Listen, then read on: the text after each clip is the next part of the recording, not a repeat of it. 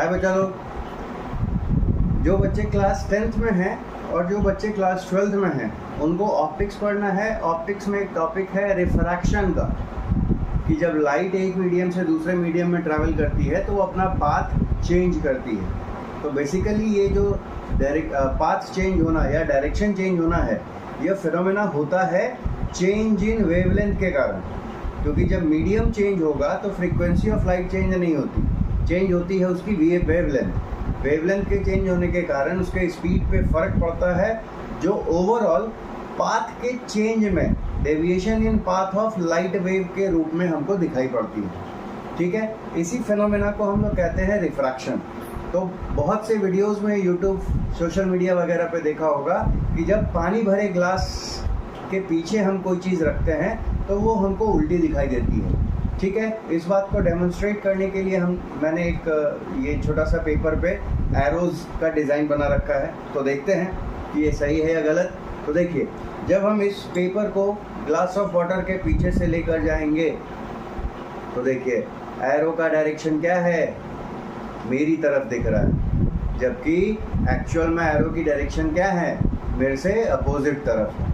ठीक है, तो ये जो तीर हमारे उल्टे हो जा रहे हैं, ये किस फिनोमेना के कारण होते हैं?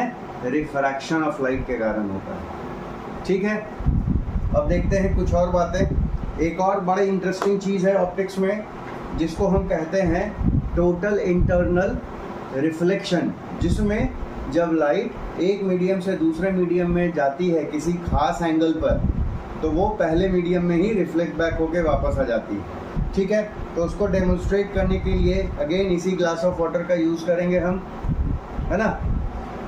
बीम, लाइट की बीम, है ना, कैमरे का मैं इस्तेमाल कर रहा हूँ। लाइट की बीम थोड़ी फोकस्ड हो, उसके लिए मैं एक ये प्लास्टिक की पाइप यूज़ कर ले रहा हूँ, है ना। इसको कैमरे के लेंस पे रखा तो लाइट की बीम जो है,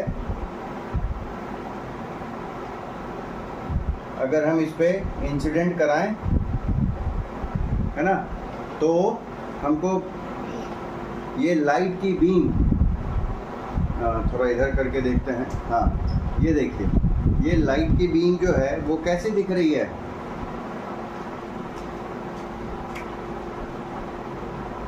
ये देखिए, लाइट की बीम वापस से यहाँ पलट के आ रही है ना।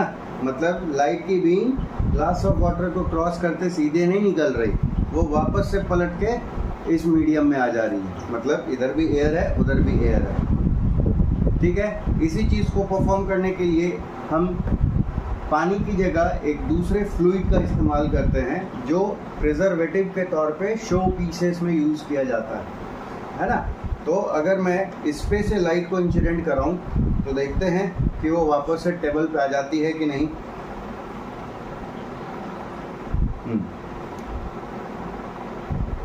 देख, ये रहा, है ना।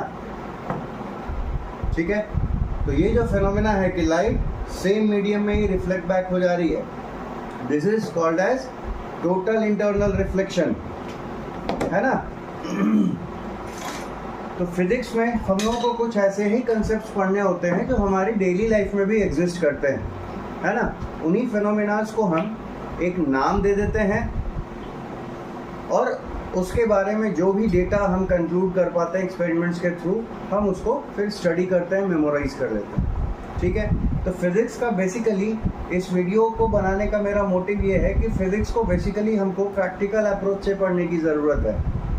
ठीक है, चाहे रिफ्रैक्शन का कंसेप्ट हो, चाहे TIR, टोटल इंटरनल रिफ्लेक्शन का कंसेप्ट हो, जब हम विथ प्रैक्टिकल इन चीज़ों को पढ़ेंगे तो वो कंसेप्ट्स ज़्यादा अच्छे से हमको समझ में आते हैं। और जब चीज़ें अच्छे से समझ में आएंगी तो ही हम उसको याद कर पाएंगे, और तो ही हम उसको पेन और पेपर की मदद से हम एग्ज़ाम्स में अच्छे से लिख पाएंगे, ताकि एक बेहतर स्कोर हो।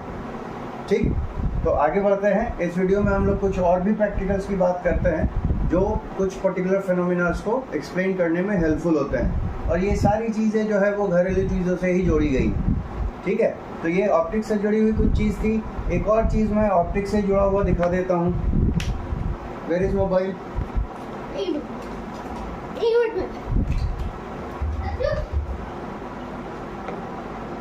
तो ये एक प्रिज्म है ना। प्रिज्म बेसिकली बच्चे पढ़ते हैं कि ये लाइट को उसके कॉन्स्टिट्यूएंट कलर्स में स्प्लिट कर देता है। मीन्स वाइट लाइट जो होती है that is made up of 7 different colours of light. ठीक, आ जाओ सार्थक, आ जाओ, वहाँ बैठ जाओ तुम। हाँ पापा, बैठिए। हाँ, चलिए, सार्थक बाबू भी आ गए हैं इस वीडियो में। तो इस प्रिज्म का काम क्या है? ये वाइट लाइट के कैरेक्टरिस्टिक्स को एक्सप्लेन करेगी। मीन्स व्हाइट लाइट 7 कलर से बना हुआ है, इस बात को ये शो करती है। कैसे? ये एक रेनबो भी बना है। हाँ, उसी को हम रेनबो कहते हैं। ठीक है, तो देखते हैं। ये प्रिज्म रहा सार्थक। एक काम करो, लाइट ऑफ कर दो सारे और वहीं पर रहना। देखिए, लाइट मैंने रूम की बंद करा दी सार्थक बाबू की हेल्प से, और जब मैं इस प्रिज्म के थ्रू ये देखिए व्हाइट लाइट को क्रॉस कराऊंगा, रेनबो दिख रहा है? देखो ये रेनबो है ना? ये ये थोड़ा दूर किया तो ग्रीन, कलर इसका एलोबरेट होगा। ये देखो, ये ठीक है, तो उम्मीद है कि वीडियो में कुछ क्लैरिटी दिख रही होगी कलर्स की। तो ये जो फेनोमेना है, पापा लाइट ऑन कर दो। ये जो फेनोमेना है इसको हम कहते हैं डिस्पर्शन ऑफ लाइट। ठीक,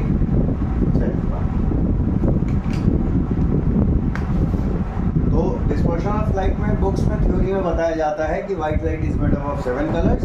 प्रैक्टिकल की मदद से हम इसी बात को आसानी से देख सकते हैं। ठीक है, चलिए अब आगे बढ़ते हैं। इलेक्ट्रिक करंट के बारे में हम पढ़ते हैं कि इलेक्ट्रिक करंट का एक इफेक्ट होता है हीटिंग, जिसका हम यूज़ घर में प्रेस करने के लिए करते हैं, जिसका हम यूज़ इस मॉस्किटो वाली मशीन में भी करते हैं। इसमें ये जो पर्टिकुलर पार्ट है उस डिवाइस का, वो इलेक्ट्रिक करंट के हीटिंग इफेक्ट के कारण गर्म होता है। ठीक, और उसकी गर्मी के कारण ही लिक्विड जो है वो वेपर में बदलती है, जो पूरे रूम में फैल जाती है, जिससे कि मॉस्किटो मच्छर जो है हमारे दूर भागते हैं, है ना। तो कोई भी बच्चा चाहे तो इस चीज़ को चेक कर सकता है मशीन को तोड़ के। ये ऑन है सर्किट मेरा, इसको मैंने प्लग इन किया, है ना। तो थोड़ी देर बाद हम चेक करेंगे, 5-6 सेकंड के बाद, तो हमको ये वाला पोर्शन जो है वो गर्म मिलेगा। ठीक, और वो लाइट भी वो जल रही है, देख सकते हैं आप।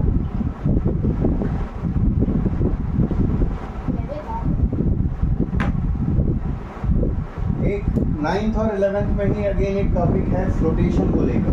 यस, ये मैं पढ़ा हुआ। हाँ, मैं आ जाता ठीक, रुक जाता है।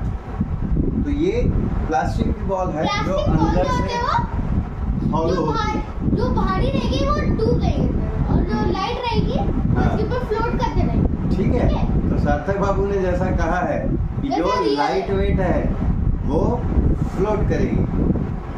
ठीक, और जो भारी है वो क्या होगा? नीचे डूब जाएगा, डूब जाएगी, और वो ऊपर भी नहीं। ठीक है, क्योंकि वो तो ये जो फेनोमेना है, ये जो है फेनोमेना वो है आर्किमिडीज प्रिंसिपल। ठीक है, जिसके लिए हम 9th में डिटेल से, 11th में डिटेल से पढ़ते हैं, डेंसिटी, मास वगैरह के टर्म्स में, है ना। तो इसको भी साइड करते हैं हम लोग, इसके वजह से निकाल देता हूं, रहने दीजिए। अब आजकल गाड़ियों में एक फैशन चला हुआ है, एक फीचर को लोग देते हैं वायरलेस चार्जिंग का। हाँ। है ना।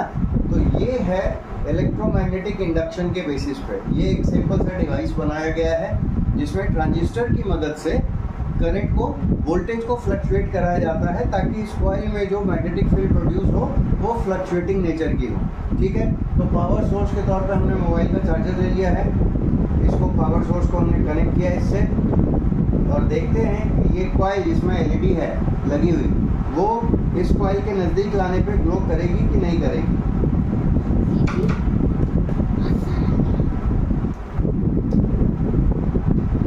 ये कर रही है ना। तो बिना टच किए हुए हम लोग इलेक्ट्रिसिटी को एक जगह से दूसरी जगह पास कर सकते हैं। तो ये फिनोमेना इंडिकेट करता है इलेक्ट्रोमैग्नेटिक इंडक्शन को।